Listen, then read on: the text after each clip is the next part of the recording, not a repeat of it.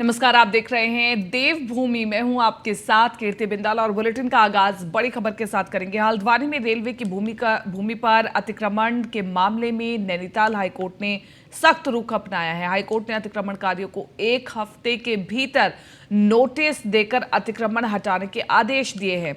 अतिक्रमण हटाने की कार्रवाई में 4300 घरों पर हथौड़ा चलेगा। यह आदेश मंगलवार को न्यायमूर्ति शरद शर्मा और न्यायमूर्ति आरसी खुलबे की खंडपीठ ने दिए हैं। इससे पहले यानी 1 नवंबर को हुई बैठक में सुनवाई में खंडपीठ ने फैसला सुरक्षित रख लिया था, जिस पर आज फैसला सुनाया गया है।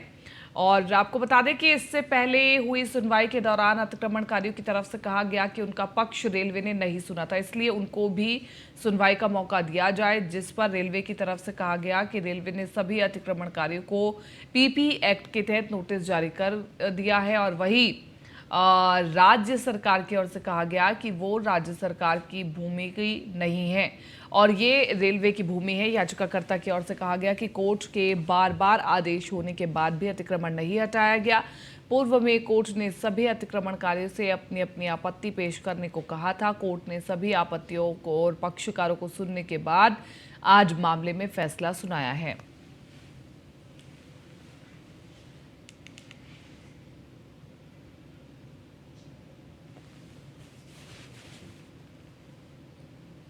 इधर उत्तराखंड कैबिनेट की बैठक में 20 प्रस्तावों पर मोहर लगी। हिमाचल की तर्ज पर नवीन जल विद्युत नीति को मंजूरी मिली। सचिवालय सुरक्षा प्रशासन की सेवा नियमावली में संशोधन को मंजूरी मिली। राज्य भर में 20 आईटीआई को मॉडल बनाने को मंजूरी मिली। कैदियों को पेरोल के लिए जाने का अधिकार जिलाधिकारी पर दिया गया।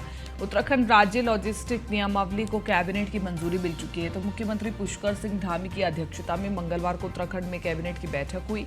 इस बैठक में 20 प्रस्तावों पर मुहर लगाई गई है। बैठक में मुख्य रूप से नवीन जल विद्युत नीति प्रस्ताव पर मुहर लगी और साथ ही सचिवालय प्रशासन में 90% पद सीधी भर्ती से भरे जाने का फैसला भी लिया गया है।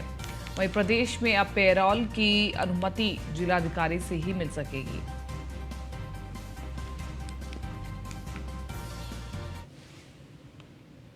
तो उत्तराखंड कैबिनेट के बड़े फैसले हम आपको बता रहे हैं। हिमाचल की तर्ज पर नवीन जल को आपूर्ति मिलेगी। सचिवालय सुरक्षा प्रशासन की सेवा नियमावली संशोधन को मंजूर कर लिया गया। उत्तराखंड में कैदियों को पेरोल दिए जाने का अधिकार डीएम को दिया गया है। औद्योगिक विकास विभाग के तहत सिडकुल की 5 सड़कों का निर्माण किया जाना है।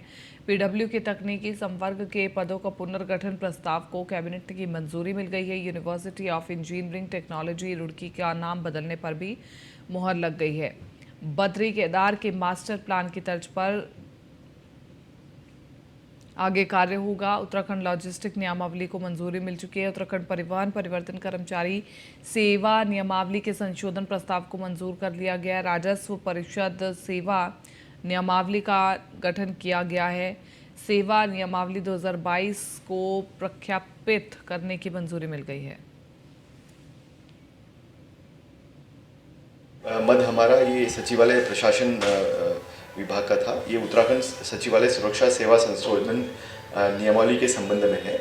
जो इन्होंने अपनी नियमावली है उसमें थोड़ा सा परिवर्तन किया है। इसमें शैक्षिक अर्हता अन्य प्रदेशों की बात ही हाई स्कूल के स्थान पर इंटरमीडिएट किया जाने की व्यवस्था की गई है। 60% सीधी भर्ती के स्थान पर 90% सीधी भर्ती की व्यवस्था की गई है और बाकी 10% वो समूह घ के कर्मचारियों से भरे जाने के संबंध में है। मत संख्या 2 ये गृह विभाग का मत था। उत्तराखंड बंदियों के दंडादेश का निलंबन संशोधन नियमावली 2022 के संबंध। उत्तराखंड सरकार ने कैबिनेट बैठक में अपनी नई जल विद्युत परियोजना स्थापित करने और पुरानी योजनाओं के पुनर्जीवन के लिए नई नीति को मंजूरी दे दी है। नई नीति में हिमाचल की जल विद्युत परियोजना की नीति के कई बिंदुओं के पालन के साथ साथ पुरानी चालू परियोजनाओं को ट्रांसफर किए जाने का भी प्रावधान रखा गया है। न्यूज़ 1 इंडिया के विशेष संवाददाता सुदीप जैन ने सचिव ऊर्जा और मीनाक्षी सुंदरम से खास बातचीत की है। सचिव ऊर्जा के मुताबिक नई नीति में निवेशकों के लिए नए साल नए रास्ते खुलने के साथ ऊर्जा निगम के साथ परियोजनाओं का भी करार होगा। सरकार ने आज से अपनी नई हाइड्रो पॉलिसी को कैबिनेट बैठक में मंजूर करा दिया है और सचिव ऊर्जा आर मीनाक्षी सुंदरम साहब हमारे साथ हैं। जिन्होंने इस पूरी पॉलिसी को ड्राफ्ट किया, ये यूजर फ्रेंडली हो, लोग निवेश करें, राज्य को आर्थिक रूप से संसाधन बढ़े और ऊर्जा के नए स्रोत मिले। हमारे साथ बात करने के लिए सुंदरम साहब हैं। सर, इस पॉलिसी में क्या खास है जो आज आप लोगों ने कैबिनेट से मंजूर कराई है, और ये किस प्रकार से चाहे निवेशक हो चाहे उपभोक्ता हो, दोनों के लिए फायदेमंद होगी?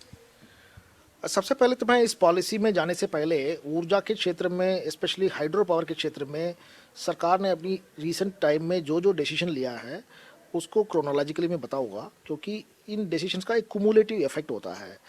सबसे पहला जो डिसीजन हुआ था ये है कि हमारी जो सेंट्रल पब्लिक सेक्टर अंडरटेकिंग है, इनकी परियोजनाएं जब आवंटित होती है तो 12% फ्री पावर इनको देना होता है।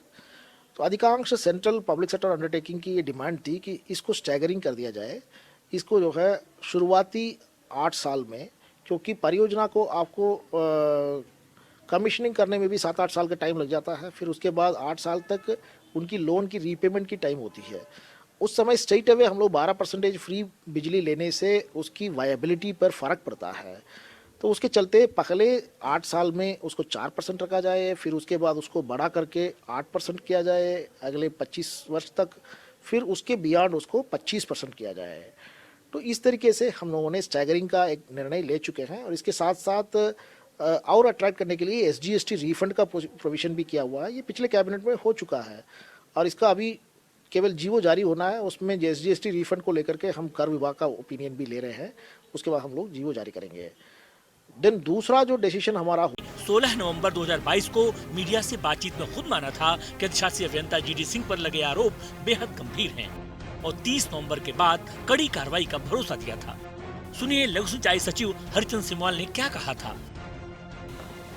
गोवर्धन सिंह जो लघु सिंचाई विभाग के अधिकारी हैं, के संबंध में जो क्रियाकलापों के बारे में जो कंप्लेंट्स आई थी, उसके संदर्भ में उनको आरोप पत्र जारी किया गया है। चूँकि उसका उनके द्वारा अभी जवाब नहीं दिया गया है, तो आज आपके द्वारा जब संज्ञान में लाया गया तो पुनः उनको अंतिम नोटिस जारी किया गया है और 30 नवंबर तक का समय दिया जा रहा है। अगर 30 नवंबर तक उनके द्वारा कोई यथोचित अपना प्रत्युत्तर प्रस्तुत नहीं किया जाता है, तो जो कार्मिक विभाग के नियम है उसके अनुसार आगे की कार्रवाई अमल में लाई जाएगी। बता दें कि नैनीताल जिले में लघु सिंचाई विभाग में तैनात अधिशासी अभियंता GD सिंह पर बिना योजना निर्माण के लाखों के गबन के गंभीर आरोप हैं। GD सिंह ने बागेश्वर के कांडा और हल्द्वानी के ईसाई नगर में बिना गुल निर्माण के लाखों रुपए हजम कर लिए। प्रशासनिक और विभागीय जांच में सभी आरोप सही साबित हुए हैं। बागेश्वर की तत्कालीन जिलाधिकारी रंजना राजगुरु और CDO ने कार्रवाई के लिए लघु सिंचाई विभाग के तत्कालीन चीफ इंजीनियर को पत्र भी लिखा था, लेकिन कार्रवाई के बजाय करप्शन करने का इनाम GD सिंह को जांच रिपोर्ट दबाकर AE से EE के प्रमोशन के रूप में मिला।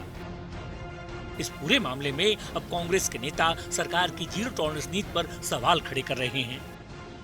आप तो एक अभियंता की बात कर रहे हैं, पूरे राज्य में चाहे लोक निर्माण विभाग हो चाहे लघु सिंचाई विभाग हो, सारे विभागों में फर्जी काम चल रहा है। काम होते नहीं हैं, योजनाएं स्वीकृत होती हैं, उसका पैसा तक जारी हो जाता है, लेकिन योजना का कहीं अता पता नहीं होता।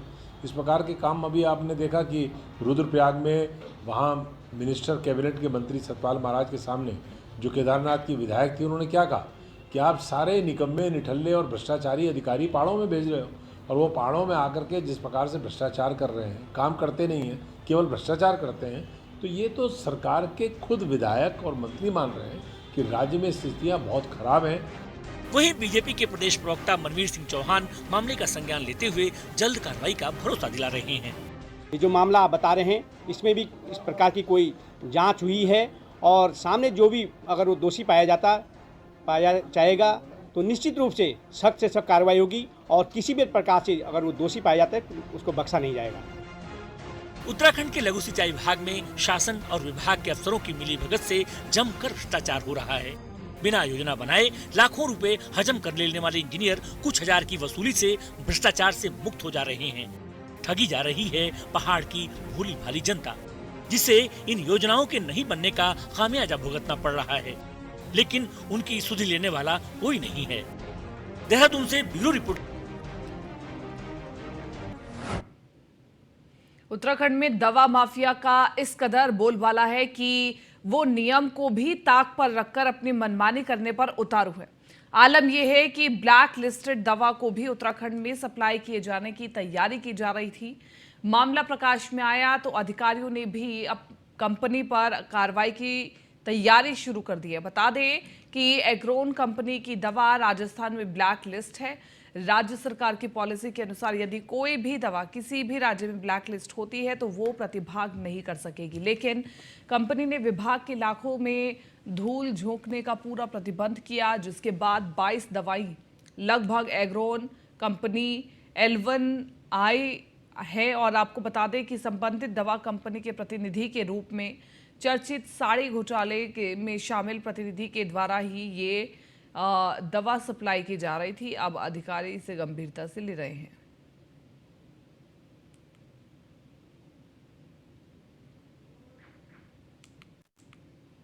हम कार्रवाई कर रहे हैं, जैसा कि हमें पता चला है कि वो कंपनी की एक दवाई कुछ स्टेट्स में दीवार है, तो उसमें हम उनको नोटिस दे रहे हैं कि आपका ऐसा एफिडेविट क्यों हमें प्राप्त हुआ है। एग्रोन का एक एफिडेविट है कि उसमें ये लिखा है कि मैं ब्लैक लिस्टेड नहीं हूँ। उसके इस एफिडेविट पर हम कार्रवाई कर रहे हैं, जैसा कि हमें पता चला है कि वो कंपनी की एक दवाई। लालकुआ के मोटा हल्दू चौराहे पर एक प्रदेश एक रॉयल्टी सहित विभिन्न मांगों को लेकर गौला खनन संघर्ष समिति के बैनर तले चल रहे धरना प्रदर्शन को मंगलवार को 10वां दिन हो गया। आंदोलनकारियों ने प्रदर्शन और तेज करते हुए कल बुधवार को हल्द्वानी लालकुआ पूर्ण रूप से बंद करने का ऐलान किया है। आंदोलनकारियों का कहना है कि सरकार की गलत नीतियों के चलते उनका व्यवसाय पूरी तरह से अब चौपट हो गया है और हजारों खनन कारोबारियों के आगे रोजी रोटी का बड़ा संकट है। सरकार के सभी व्यक्ति, चाहे वो विधायक हो, चाहे सांसद हो, चाहे मुख्यमंत्री हो, चाहे मंत्री हो, हमने सभी को ज्ञापन दे दिए हैं। जिलाधिकारी से भी हमारी एक बहुत लंबी चौड़ी वार्ता हुई, लेकिन रिजल्ट सबका जीरो ही निकला और आज तक किसी भी मांग पर कोई भी हमारी कार्रवाई नहीं हुई। तो है कि राज्य सरकार से कि हमारी मांगे मान ली जाएं, लेकिन हमारी मांगे मानने के बाद भी सरकार से तो हम लड़ लेंगे, मांगे मान ली जाएगी, लेकिन उससे ज़्यादा बड़ी तो सरकार ये है। ये स्टोन क्रेशर वाले ये क्या कहते हैं, ये तो कहते हैं कि हमें पता नहीं आ रहा है। शांतिपूर्वक आंदोलन कर रहे थे, हम अपने गेटों में बैठे थे और आज जब हम विधायक क्षेत्रीय विधायक के पास गए, जब उनका हमारा संतोषजनक जवाब नहीं मिला तो वो तब हम मजबूरी होकर आज हम 10 दिन से धरने में बैठ रहे हैं। हमारे क्षेत्रीय विधायक कोई मदद नहीं कर रहे हैं, न यहाँ के सांसद मदद कर